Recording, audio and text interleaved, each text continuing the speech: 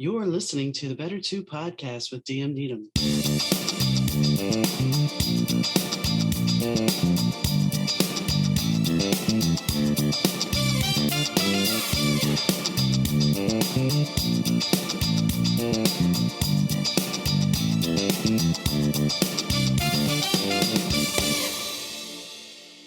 Hi, gang. Donna here. Thanks for tuning into the Better 2 podcast. Today's guest is Doug Stebleton.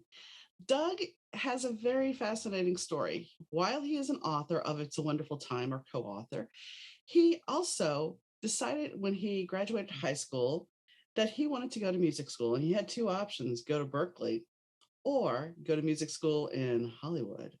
He chose Hollywood, and he has been there since. He talks about how in the 80s he took up a position at the Beverly Hills Hotel parking cars, and how that ended up being at the right place at the right time to end up growing his career, and the fascinating people he met. So stay tuned. This episode of the Better 2 podcast is brought to you by Kitty Mystic and DM Needham, author of My Days with the Dark Muse, as well as Love is Worth Waiting For. In the beginning, applause was his drug of choice. He felt so loved that he couldn't help but sample the buffet of women that were presented. It didn't matter that he had a wife or a daughter. His addictions became his life. When death came knocking, reality came crashing in. He thought he wanted a new reality, but did he really? My Days with the Dark Muse by DM Needham, available at online booksellers. Hi, Doug. How are you doing? I'm doing good, thanks. So you have a journey of, you grew up in a small town in Montana, and the big lights of Hollywood kind of called to you. Yes. But it's important to note that before I came to Hollywood when I was 19, when I graduated school in 18, at 18, my friends, Donnie and I, had planned to do a road trip after we graduated. So we did a month road trip. We went from Montana to Seattle, spent a week there because he had an uncle. Ooh, sorry about that. Had an uncle, and then we came down the coast, and then he had some cousins that lived in Oxnard, California, which is about an hour or so from Los Angeles. And so we spent a week there, and then to Vegas, and then back home. So I spent a week, but we spent a week in California. And so I got a little taste of the nice weather and the beaches and stuff. So when I decided to go to a music school, I had a choice to either go to Berkeley. My two choices were Berkeley in Boston, East Coast, cold during the winter, which I know what cold winters are being in Montana. So, or go to Hollywood and have nice weather. And so that's why I chose Hollywood. That's one of the reasons. And I like Hollywood. So yeah, I mean, it's a totally different world in Montana. That's for sure. Totally. Yeah. It's a totally culture shock. Totally different. Yeah. How hard? So this is the 1980s, so 1984. So how hard of an adjustment was it for you? It was not really that hard because I kind of am an adventurous guy a little, so I was looking at it as a great adventure. I lived in an apartment about a block and a half off of Hollywood Boulevard. So when I went to the music school I went to, it was at the time above where the Hollywood Wax Museum is.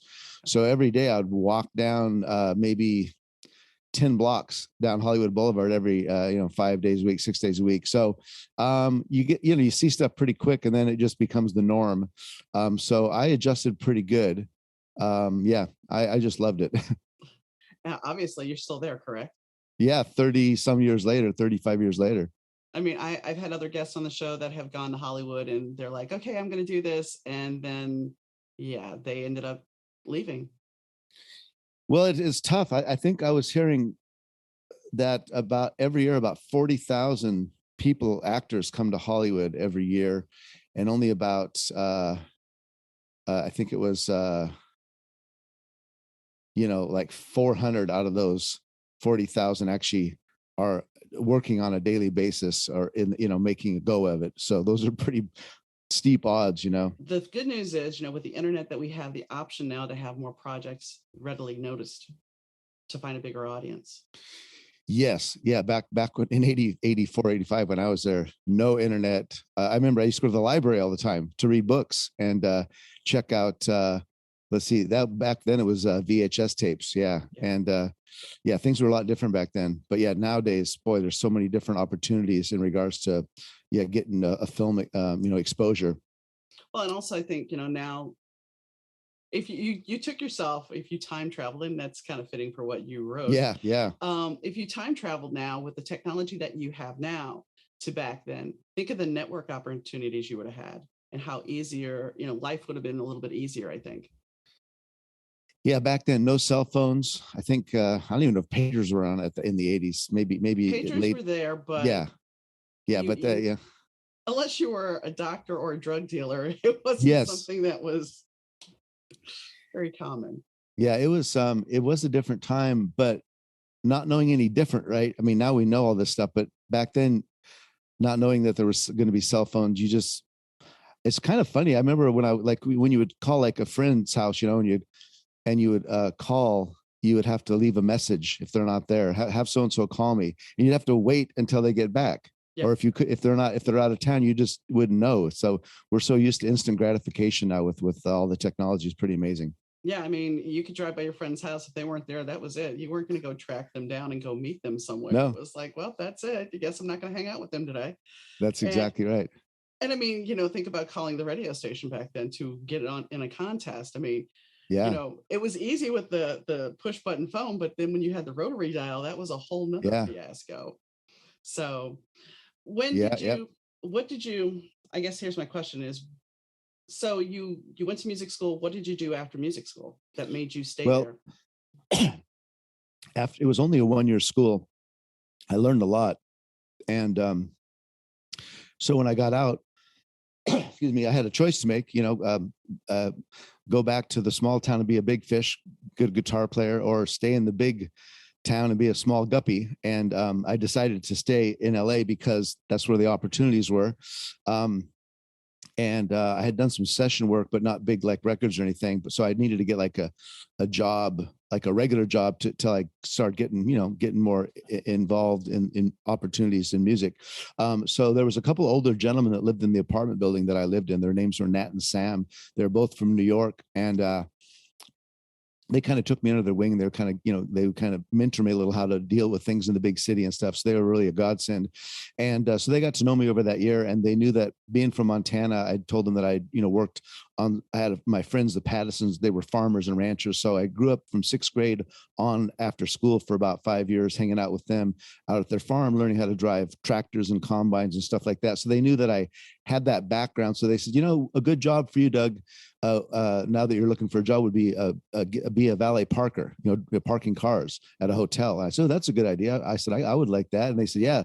And you make tips. And I said, I like that idea. So, and I said, what do you guys suggest? And they said, well, you know what, why don't you start at the top, go to the Beverly Hills Hotel. It's like the big, best place in LA. And so I went there. I had never been there before. And when I was walking up the driveway, which is where the valet parking is, as I'm walking up off to the right, there was an entrance to a garage. And, I don't know why, but it's like the fork in the road. And I thought, well, I'll go down there. And so I just walked in there. And as I walked in, there was like a limousine service called Dave L. Limousine. But then farther down, there was a guy standing at the sink. So I walked up to this guy and I said, hey, who do I talk to about getting a job here? And he said, talk to me. He says, my name is John. I'm the manager of the garage. I said, oh, wow. And so my timing was really good. He happened to be there working that day. And he said, I said, oh, great. I said, well, I'm interested in seeing if I get a job parking cars here.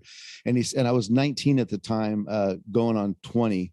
And he said, do you have a driver's license? I said, yeah, I definitely have a driver's license. And he said, can you drive a stick shift? It's very important in a job like this because we have Ferraris and all kinds of different cars that are, manual. And I said, definitely. And I said, I worked on a farm for many years during my high school days. And I said, I could probably drive any car in here.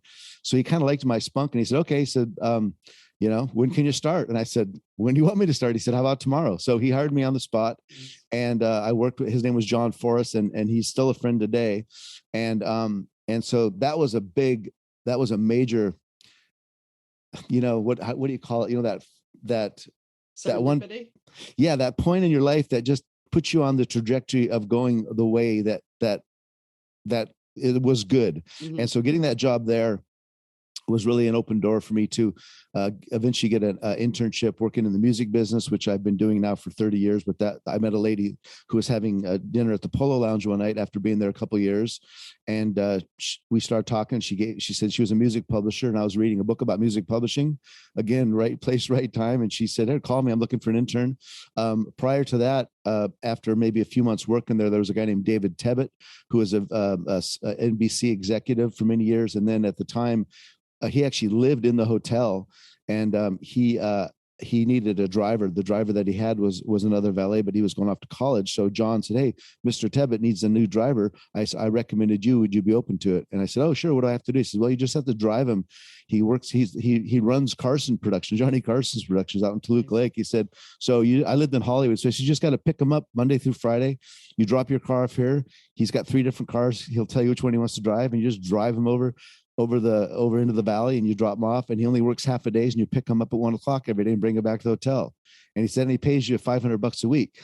And that was in 85. I thought, wow. Yeah. I said, I'll do it. And he said, I'll work around your shift here. He said, so you can still be a valet parker here, but I'll put you on the night shift so you can have your days free for working with him. So that was amazing, because I was, really young, 20 years old, and I was making really good money. But to be around a guy like David Tebbutt, again, at the time I was so focused on music, I don't think I realized what the opportunity that I had, because at the time I was driving him. He was 72 years old, so he was quite older than me. But he was, he's the guy that brought Johnny Carson to NBC back in '62. He was a big talents relation guy for NBC, and he brought, James Garner there and Dean Martin. I mean, these are all his friends. And so I drove him for about eight or 9 months. And I remember every Monday morning, he would, I would take him down to Santa Monica and La Cienega, and he would have breakfast with Ed McMahon to kind of go over the week for the Carson show, for the night show. And I was always up on pop culture and people. So I knew who all these people were. I didn't know them, but I knew who they were, because I watched TV and read a lot and stuff. And so, and he was at the time, running Carson Production. He was also the executive producer of the David Letterman show. And so I'm like his driver. I'm spending every day with him, taking him. And he was really nice to me, actually. He knew I was a musician, so he liked jazz music. So we used to listen to jazz music on the radio when I'd take him to work. But I was so focused on music, wanting to get in the music business, I wasn't thinking about being a producer in TV or movies or anything. If I had that little spark in my brain, I probably would have asked him, hey, is it possible I could get an internship, at Carson Productions? And, but I never thought of that. And I'm fine with that, because things worked out the way they did. But, I was, getting a chance to drive a very powerful, influential man in Hollywood. And he also used to go to parties on the weekends, not all the time, but he would give me a call sometimes. Hey, you have any plans Friday night? And I say, what's up? He's, oh, I'm going to a party. I want you to drive me. And he would always pay me extra for that. It was never, part of, he would just, and so I would try to make myself available. And so I would take him to these parties up in Beverly Hills and Bel Air. And a lot of times I didn't drive a limousine. I just drove his car, but I'd always be with the other limousine drivers, And so I would say, hey, who are you driving tonight? Who are you driving? And he's like, oh, I'm driving Cary Grant. Oh, I'm driving Dean Martin, Bob Hope. And because this was 85. So a lot of these guys were still alive, And so, so I'm taking him to these parties where these guys were at. Now, I wasn't talking to those guys, but just to be a kid from a small town in Montana, to be just in that kind of outer circle of the inner circle was pretty cool to me. So anyway, that was a great experience working with Mr. Tebbutt. Yeah. Well, a lot of people would look at that and go, wow, so you had a brush with the stars. Yeah, definitely had a brush. I brushed them as I was opening their door, and they ran into me, with their coat, but that's about it. No, but it's a start, and that was really great for me, because I got a little taste of what Hollywood was like in regards to, because the Beverly Hills Hotel was literally the place. So all the movie stars and the producers, they would come to the Pole Lounge to make their deals, and that was going on for years. I think that place was built in 1912 or something, long time, but all through the 30s, 40s, 50s, 60s, that place was the place, and it was still happening in the 80s. And I was going to say real quick. Yeah. And if you think about it, in the 80s, we also had the fashion line of the Beverly Hills Polo Lounge. We have Beverly Hills Yeah, Polo clothes. that's right. Yeah, and they had the store, and man, and that place was expensive Hmm. because you could like go down. They had a little a little cafe down the stairs from the lobby, and sometimes Mr. Tebbett would ask me to bring something to him, and sometimes I'd go there, and then he'd say, "Hey, sit down," and he's like, "You want anything?" And so sometimes I get like an orange juice and stuff. And I was looking at the menu, and it's like, orange juice was like $11. I mean, that was a lot of money back then, Yeah. even today. But when you're living in the hotel, that's they don't really care about those prices really. Sign And, the check, sign the yeah, room and ticket, and yeah, in his case, yeah, just put it on my room. But he always carried a big wad of $100 bills, real crispy bills, and I know that he liked that. He liked that. And when we used to go, when I take him to work to Carson Productions, we'd stop at this place called Chez Nu. It was like a French restaurant, and we'd go in there. I'd park the car, and he didn't have me wait in the car. He would say, "Come on in." So we'd go in and get breakfast, and he would just say, "Get whatever you want." And when we were done, he would just pull out a crispy 100 to just peel it off and pay for the bill. wow. And so, but anyway, so yeah, it was neat to be around that at the Beverly Hills Hotel, parking the cars, getting to brush with celebrities, kind of see what's going on. And then when I got my opportunity to be an intern with this lady, Donna, I got to learn about the music business and start not just parking their cars, but I started to be friends with the producers. And she also was managed Eddie Murphy and Irene Cara. I got to know Irene really well. So then I was kind of from valet parker to an associate working with them as a professional. And then as I got more into the business, I started becoming, I was fortunate to become friends with some pretty big movie stars just from working on projects with them and stuff. So, but that didn't happen in a year. It takes time to build those relationships and stuff like that. So, Well, I think that's one thing that's a misconception. Everybody thinks somebody's an overnight success when that is never the case.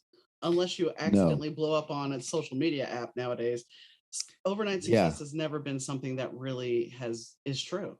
yeah, certainly. Yeah, it happens now, right, because of the social media. But those people kind of peter out pretty quick. They get 15 minutes of fame, and then they don't know what to do after. But the real way it happens, yeah. Like I think Willie Nelson, everybody thought Willie Nelson was an overnight success. Willie, worked years till he became a successful performer. He was a songwriter. He actually, that song called "Crazy" by Mhm. Patsy Cline. He actually wrote that song back in the '50s, I think. But yeah, nobody really knew much about Willie. So yeah, you got to put your dues in. If people think they're just gonna, um, you know, grab a guitar and go sing and get found really quick, it rarely happens like that. You got to get your stagecraft down. You got to get good in front of the mic. You got to practice. You got to network. You got to meet people. If you think they're gonna come knock on your door at your house or something, it ain't gonna happen. You got to get out there and make things happen. Yeah. You can look at a story that Jerry Hall, and some people will not know who Jerry Hall is, but Jerry Hall Yeah. Mick used to be married Jagger's. to Mick Jagger. Yeah. Yeah. And I mean, she, in her biography, she said that she was working in the Dairy Queen in Texas, and that's where she was discovered. I think Really. those days of being discovered like that are few and far between. Yeah, I think so. Yeah, and like you said, and because there's so much going on with YouTube channels and people, singing. Yeah, I was saying with YouTube channels today, people have their own YouTube channels, and they're like, they're singing famous songs that are on the charts, the Billboard charts. So people are looking for that song, and then they find somebody in the little thumbnail, and they check them out, and all of a sudden they go viral, and they got 3 million views or something. That didn't happen back then. You had to be at a soda shop or Yeah. at Rex, the drugstore, having a milkshake, and some producers getting some cigarettes and sees a pretty girl. That's how Lana Turner, I think, got found. What is it called? Schwab's drugstore. It's not there anymore, but yeah, it's a totally different time now. Well, and that, I'm an author, you're an Yeah. author. Yeah. And the fact of the matter is, I have set my books in 1984, and that's where it starts. And the fact Oh, is, technology is not there. So you have to craft something from what you remember. And that's the fact of there were no cell phones.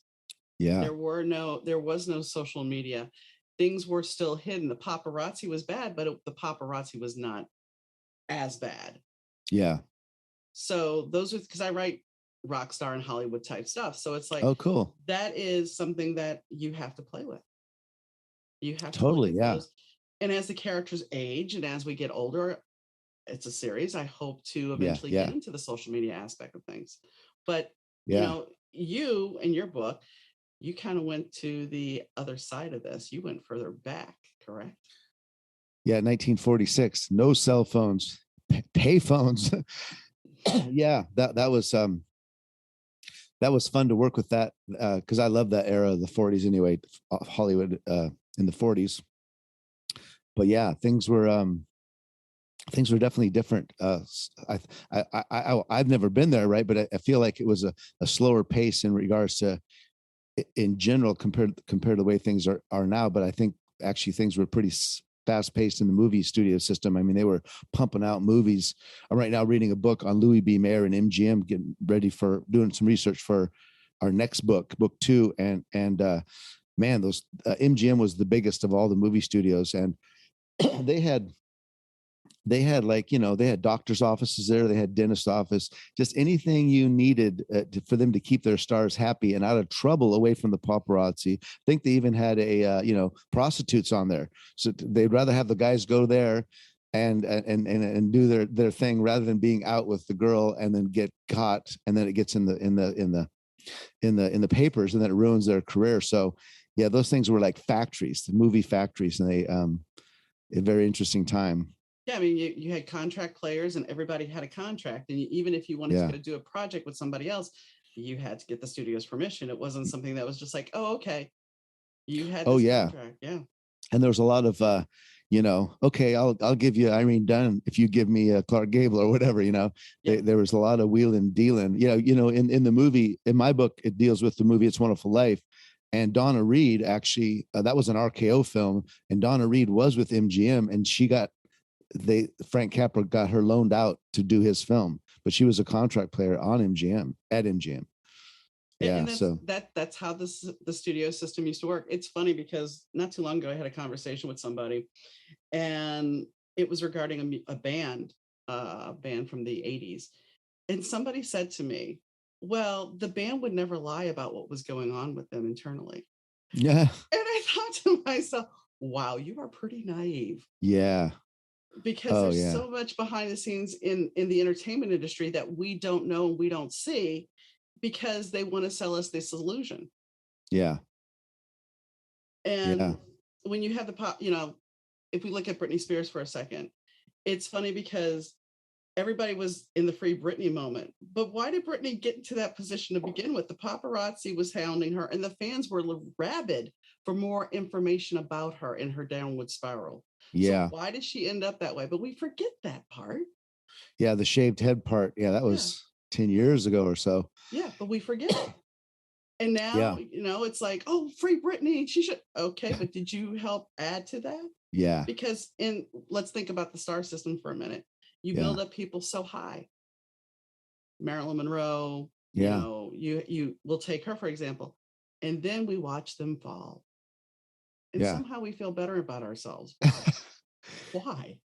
Yeah, that's very strange. Yeah, you're rooting for them to make it to the top, and then when they fall, you're kind of rooting for them to for their fall. Some people, yeah, it's kind of And sad. it's kind of like they want them to have the success, but when they have the success and they start dissecting it.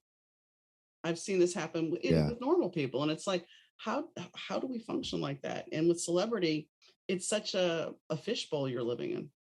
yeah, yeah. I would not want to. I've seen it happen a lot through the years I've been here. What celebrity does to people, a lot of baggage, you know, and they get it, they get the money and stuff, but then they lose their, you know, this, like, you and I can walk out to the grocery store and not be seen and just have freedom, but it's hard for them to even go to the grocery store without getting hassled by somebody. Yeah. And that you're right. It's like living in a fishbowl, and I don't think it's worth it, you know. And then there's always, you know, once you get in that and you start hanging around the people, there's always going to be drugs and alcohol and over consumption of that stuff, and then you start getting it, you know, or even just you know, you know, Oxycontin or all that Mm-hmm. stuff, you know, uppers and downers, and you're taking the uppers to make the downers go down. You know what I'm saying? You get Right. hooked on all that stuff, and you're just like, how did I get here? I would never plan on doing this, being like this, but it's a slow process usually. Well, and usually, you know, dare I say, from what the information that I've done research on and everything, it's usually like in the music industry. Oh, I have a little blow here. Yeah, you can. It'll just make you feel a little bit better. Give your Yeah. creative juices a little, you know, Yeah. more fluidity. Yeah. And then you, oh, I don't want to do that, but okay. And then you take it and like, whoa, and they call it like chasing the dragon, right? How can I Yeah. get that feeling again? You never get it again, and it slowly messes up. Yeah. I remember when I worked at the Beverly Hills Hotel, that in the 3 years I was there was a lot of, it was the 80s, right? So there was a lot of money flowing around. The economy was good. And a lot of these record executives, A&R guys, they would stay at the hotel, guys from New York. And I remember sometimes they'd call down and say, hey, I need my Chicago cassette out of my car, bring it up. So I'd get it, and I'm in bungalow 7 or whatever, and bring it in and open the door, knock on the door. Hey, come on in, and go give it. And sure enough, the coffee table, big pile of blow, doing cocaine. Just girls get scantily dressed and living the life in that world. Yeah. Well, I was reading an excerpt from Eddie Van Halen. Somebody wrote a book about him briefly, and they interviewed the photographer that was on the road with them during the late 1970s, early 80s. Yeah. And he's like, there was a video. They actually had their manager that they ended up parting ways with, because the manager had videotaped all the guys nude, screwing women. Oh, wow. And all these women were scantily clad. So Van Halen fired him, then went back, and the tape had gotten out, then went back and allegedly stripped everything out of their manager's office, broke in, stripped everything that said Van Halen out of their office. But the photographer said, they were getting so many women coming after them that he, as the photographer, had 3 women a night. Wow. I mean, yeah. And it's funny because, being the writer that I am, yeah, I've had this conversation where some female people that read my books are like, yeah, well, rock stars don't cheat. They don't cheat? Oh my gosh. Exactly. I'm like, yikes. What? Oh yeah. Yeah. Rockstar. I don't want to read a rock star where he's cheating. I want, and it's like, are we playing Disney princesses? Because this is not the reality of Hollywood. I was just gonna say, this is not reality. Yeah, no, they have a smorgasbord, so it's hard for them to stay faithful even to their girlfriend or wife. Yeah. I mean, it's sad. It's dare I say, nature of the beast. Yeah. Yeah. And as you were saying about Hollywood, I mean, they created these relationships. That was the other thing back in the olden days of Hollywood. They created these media relationships. I mean, look at Rock Hudson. Rock Hudson's a prime example of a lot of things closeted. And we were sold this image that Rock Hudson was this great leading man who was, the wonderful, caring guy. And that wasn't who he was. But we painted this image, and we're still being painted images even now. Yeah, going back to the Rock Hudson thing, as I told you, I'm reading this book on MGM, and it's mainly about Louis B. Mayer, and the whole studio system. And one of his actors was Van Johnson, who I've always really liked, really good actor. And he was on Broadway back in the early days, and was a gay guy, but always had him with the leading ladies in the movies, and they kind of kept that under the rug, and so Louis B. Mayer was always putting, beautiful women in front of him, trying to keep his gayness, you know what I'm saying? Yeah. And but what happened is, in real life, he got into a car accident. I'm not sure what year, but it may be in the early 40s. And he had some pretty major scars on his forehead. And when you see him in the movies, you can actually see it. They put a lot of makeup on it. But when he was recuperating, he was really good friends with Keenan Wayne, and I think his name was, who was kind of a character actor. You would recognize his face, but so he was married and had a couple kids with his wife's name was Evie, but they were really good friends, family friends, and she kind of helped recuperate him from being, in that accident. And Louis B. Mayer found out that he really liked her, so he had her come into his office and said, listen, I got a problem. I have a problem, but I think you're the solution, and this could be beneficial for all of us. So he basically said, I want you to you get divorced from your husband, and I want you to marry Van Johnson, and your husband's a B actor, but I'm going to give him a contract for the next 7 years. I'm going to get him in better movies, and he's going to get a weekly check. I'm going to pay him well. Even if there's any strikes, he'll still get paid. And you and Van become married, so we can. And she ended up doing it, and I just thought, that was news to me. I had heard some of those stories, but I just thought, wow, that's the kind of power these movie moguls had, and it was all about keeping their stars in the best of light, to the audiences. Yeah, now they don't have that control. Even no. I mean, if you think about it, let's think about that. If you had the studio system kind of like it was back then, yeah. But then you added social media. That is the wild card that is Oh completely out of their yeah, control. yeah. They would have a tough time with that. Hmm. Yeah, back then they definitely had more control. I think I also I didn't read this in the book. My friend Reinhardt, who wrote my book, co-wrote my book with you, he was telling me regarding Rock Hudson. Yeah, they he his main lover or whatever, who he was spending all the time with, they were saying, you know, so they sent one of their fixers from the studio. I'm not sure what studio it was with, but they sent a fixer, and he basically said, you're going to pack up today and you're going to be leaving. Here's a train ticket, and you need to go back where you came from. If you don't, it's not going to be good for you. And they literally chased him out of town, Wow. and because his career didn't need that. But once again, this goes back to, okay, so here's fame. You have fame Yeah, and celebrity. What are you giving up and what are you paying to attain this? Everybody yeah, thinks, oh, everything will be perfect when I'm famous, but it's not. no, You have the same, some of them have the same exact problems we have, but they're sure. magnified. Yeah, when you have a lot of money, your problems get magnified because you got so many leeches off you. You don't know really who your real friends and who aren't, because money does change a lot of things, your lifestyle, all the cars you get. And then that's what happens. A lot of these guys, they get in that lifestyle and then end up going bankrupt because they have their entourage. I mean, a good example is the guy, remember, what's his name? You can't touch this. MC That guy, Hammer. yeah, MC Hammer. That guy was making millions and millions of dollars, but he was also spending millions and millions of dollars to where he had to file bankruptcy. But yeah, I think you get in a bubble. What happens is you get in the fame bubble, and even you have people around you, your accounts, telling you this, giving you good wise counsel, and it's like, I don't want to hear it, and they're slowly going down to that point where they lose everything, and it's really sad. One thing MC Hammer said, because I watched his Behind the Music, he's like, Yeah, just because I filed bankruptcy, my yeah, bankruptcy is not like your bankruptcy, and don't feel sorry for me. That's yeah. what he said. But then you got to look at this. Okay, there are the people, the accountants that give wise counsel, and then there's the accountants that have hosed you. Oh yeah, oh yeah. You've heard They'll those stories too. accounts and managers. Mhm. Yeah, yeah. Oh yeah.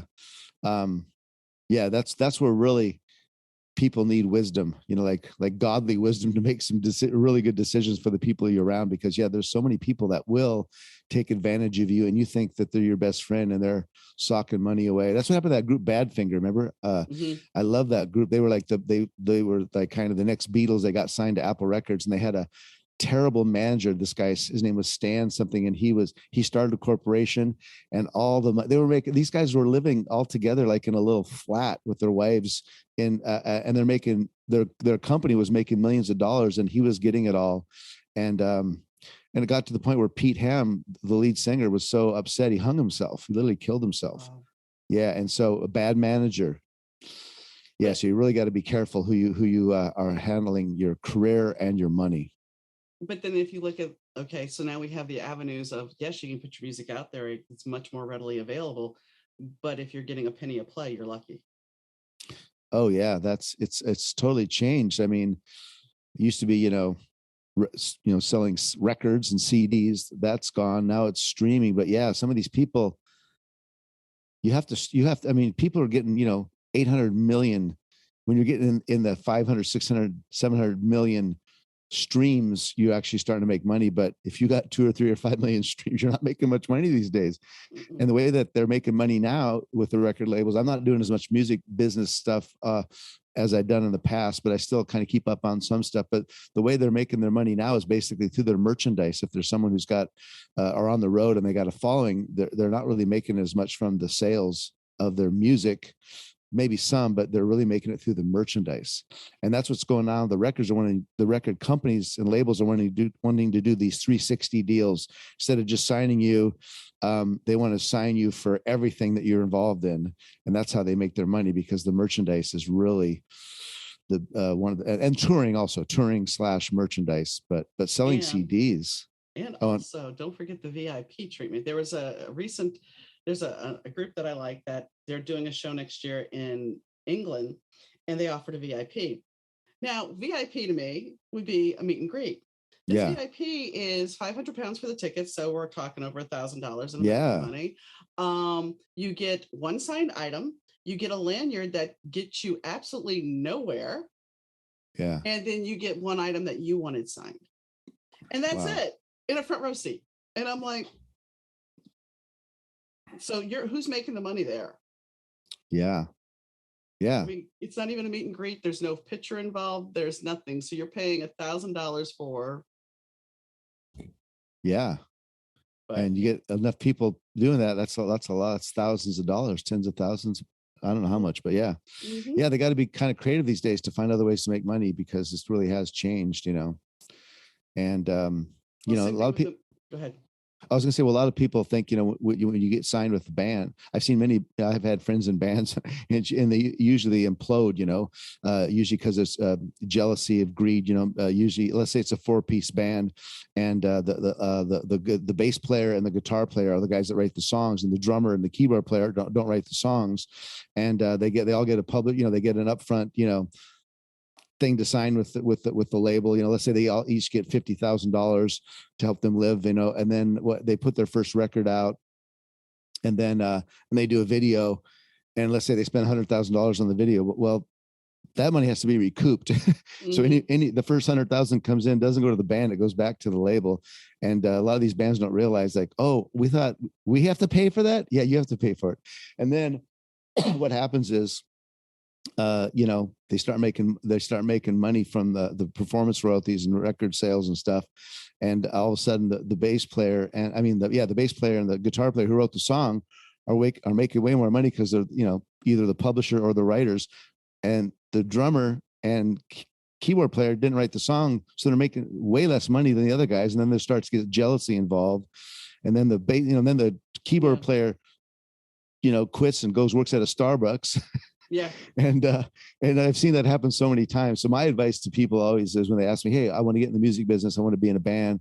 Well, what advice can you give me? My advice is learn how to write songs, and learn an instrument, and learn how to write songs. And it's called the music business. Also learn about the business side, because there's been so many people that say, I'll let my manager take care of that.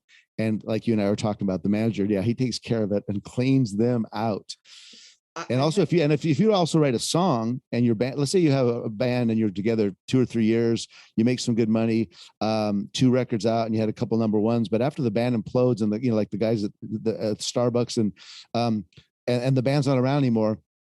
Well, let's say somebody else takes your number one song, another band, re-records your song, and they have a number one hit with it. Well, the guy that's working at Starbucks who didn't write the song is not going to get any of that money, but the guy that wrote the song is making money from that song even after the band's imploded. You know what I'm saying? So my advice is write songs and try to get them placed either in your own band or have other people place them, because that's basically mailbox money. It'll keep coming to you if it keeps finding a home, So, yeah. Well, I had a guest that was on The Voice, and he was the first runner up, and his coach told him, you don't want to win, because then they're going to navigate your career and you're not going to be able to record what you want.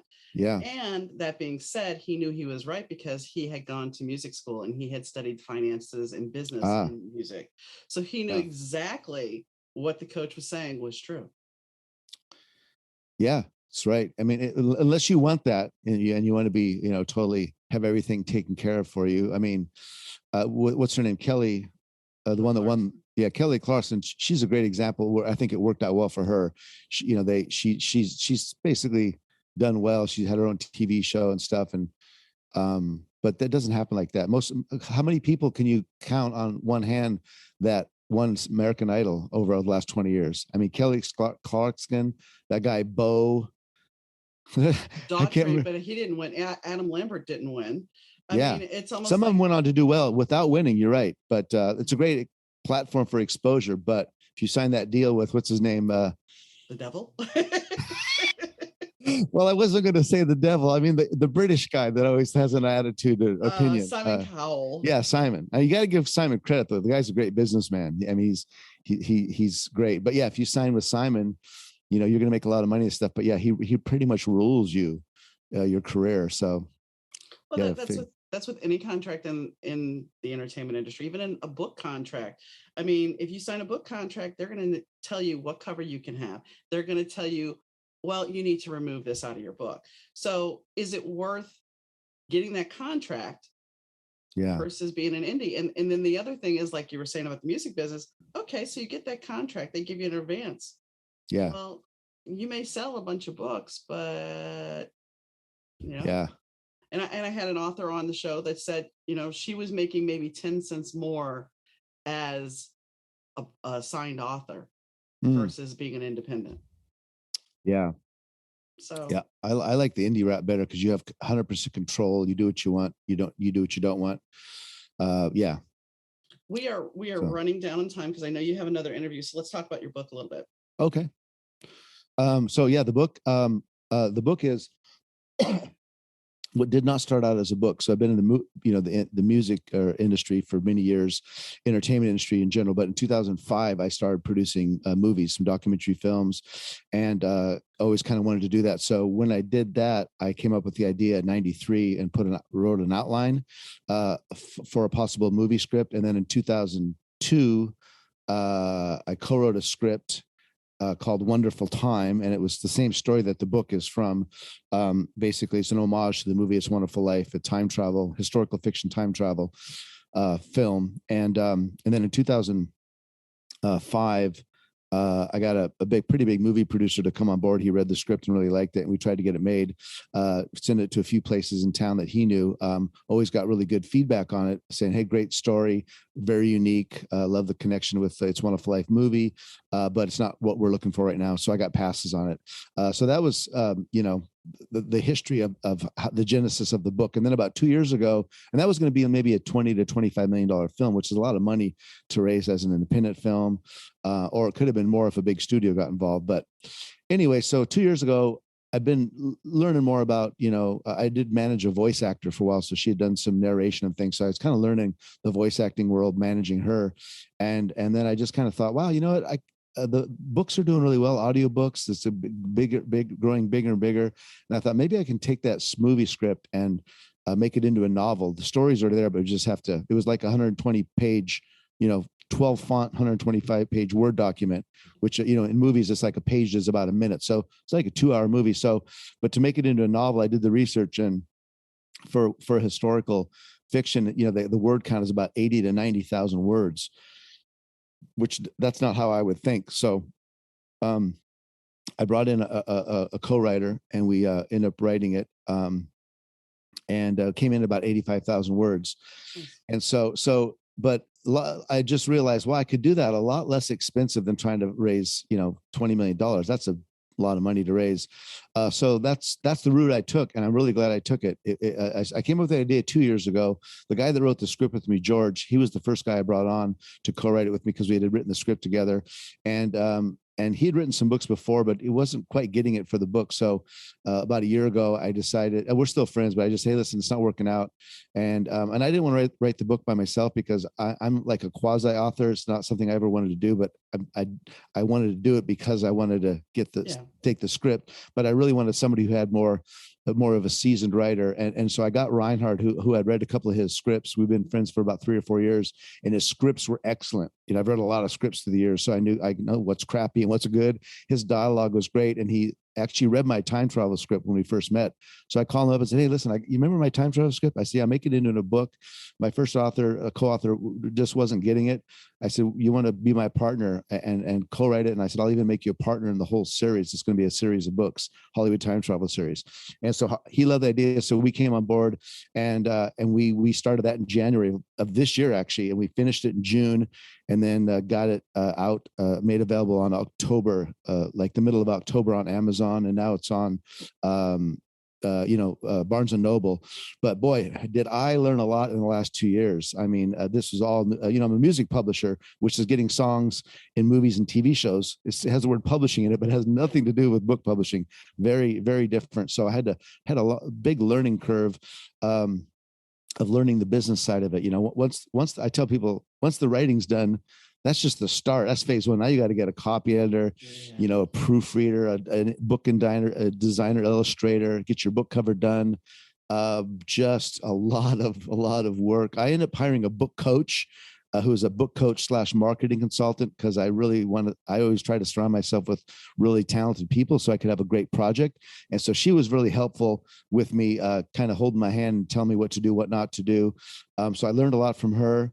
And yeah, so that's kind of the history of it. So hollywoodtimetravel.com is the website. The name of the book is It's a Wonderful Time.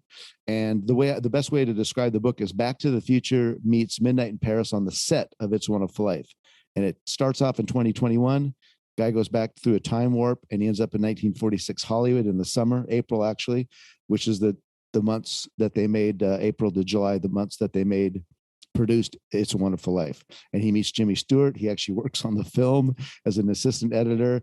And it's a great little kind of fun romp back to post, World War II Hollywood. Nice. So that's kind of the background of that. I was going to tell you, now the 1980s are considered historical fiction. I know. I mean, that's 45 years ago or so. I mean, it's crazy. I know, because that's where I write, and it's like because I've been working on this for a few years, and it's like when the time clicked over, I was like, wow, so now I'm writing historical fiction. How did I get here? Yeah, that's amazing to think the 80s is historical fiction, but it really is. Yeah. Yeah. So, and the other thing about, you doing this project, there is the possibility, if you find enough ground and enough following, that you can still get it turned into a movie, and you have the script already done. Well, that's true. Yeah. So I'm kind of going the opposite. Usually, you write a book and you hope it gets made into a movie and a script made, but mine actually started off as a movie script. And I've kind of moved on from the script. That's the thing, is like, I put time in it and it just didn't happen. So I'm glad I got the idea to do it into a book. And then the funny thing is after I did it into a book, getting it out there, and I'm a guy that knows, as you probably know, this is putting books out and writing is a marathon. You're not going to see instant gratification.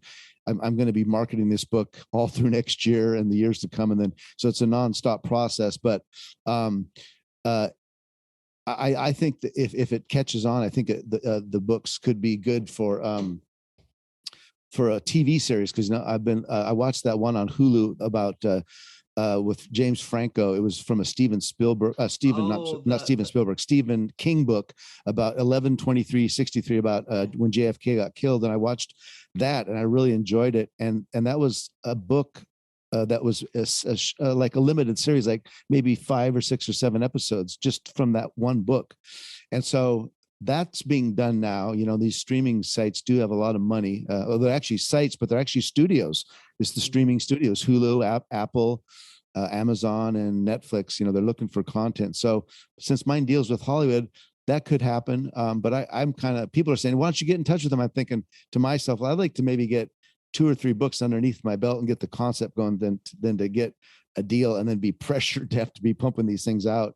Because I know, as you know, some authors are writing 4 or 5 books a year. I don't even know how I wouldn't even want to think about that. That's just too much for me. So I'm a little more, maybe every year and a half get a book done, because I'm doing other things than just doing the book thing, which I'm enjoying though. I've learned a lot and I'm enjoying it, and I've gotten really good feedback so far from the book. So I think it might get a following, but we'll have to see. All you can do is try, right? That's all you can do, and then just keep marketing and keep going. And you have to do what's right by you and by your book. So right now I'm trying to learn Amazon ads. That's the next stage. So there's a guy named Dave Chasen who has a thing called Kindlepreneur. So I've been watching a lot of his videos and Rocket Publishing. So it's such a learning curve. So I have to literally spend hours watching that so I can figure that out. But that's kind of my next phase for the marketing aspect. So, well, and the keyword thing is a whole nother, weird thing, because people will move the keyword. It's just, there's so much to learn. And like you said, you think, okay, I wrote a book. No. I told my friend who's writing the book, and he's been kind of watching me. And I said, listen, you got to understand, here's the reality check. Once you write the book and you have your 100 friends go and I said, ask 100 friends to buy it. I said, all 100 are not going to buy it. You might get 20 or 30 if you're lucky. And then you ask them to write a review. You might get 10 or 15 to write a review. And then you have to be careful that Amazon doesn't see that this is your Yes. friend, because then they'll take your review down. Totally. Yeah. You got to, yeah. And then, but then after you go through that 100 or 200 people, then what? Yeah. And then that's what I said, and I'm spending money on marketing and doing, discount things on, not BookBub yet, but I'm going to do BookBub. I got to reach, I think 30 reviews. I think I'm at 25 or 26 reviews. So I'm getting close, but Robin reads and things like that. And those do help. I'm learning about that. You spend $20 or $30 and you get a bump of like 60 ebooks, sold. You bring the price down to 90 cents. But yeah, after your friends buy it, it's like, then what? And you got to ask that question, because you got to be ready. Because after that, I tell my friend, there's millions of books to pick from. How are you going to get exposure for yours and pick yours over theirs, the ones out there, Well, and I have to say this real quick. Yeah. When you're competing against books like dinosaur porn. Yeah. Yes, somebody wrote like I think a 25-page book, if it's even that thick, selling it for $2.99 about dinosaur porn. Wow, that's very interesting. The only reason I know this, it was in an author group I belong to, and I'm like, this has to be a joke. No, it's real. It really is. Wow. So that's what when you say there's millions of books out there, well, there are, and they're about anything and everything. Yeah, and everybody's trying to get their attention, get those readers' attention. Mm-hmm. And some of them have big budgets to pay for marketing, some don't. So exactly. Yeah. So your website is hollywoodtimetravel.com. Yes, that's correct. Yep. And is there anything else that we need to add before you go? Because I know just on the website, you can see the synopsis. There's a book trailer on there, author bios, mine and Reinhardt's bios, just all the kind of stuff you need to know about the book. There's places to click, which will take you to Amazon to get it. And other than that, appreciate you taking the time to have me on for the invite. And it's been a good conversation. And thank you. I wish you the best on your books too. Yeah. So Doug, there was some fascinating stories in, Hollywood in the 1980s. So I think that that's an honest conversation, and Doug and I have talked, and he will come back because he has some more stories to tell. So I will be looking forward to that, and I hope you do as well. If you enjoyed the show, please reach out, leave a review on Podchaser or applepodcast.com. We also, as you know, have all of our episodes on the better2podcast.com website. So you can catch up on any episodes you may have missed.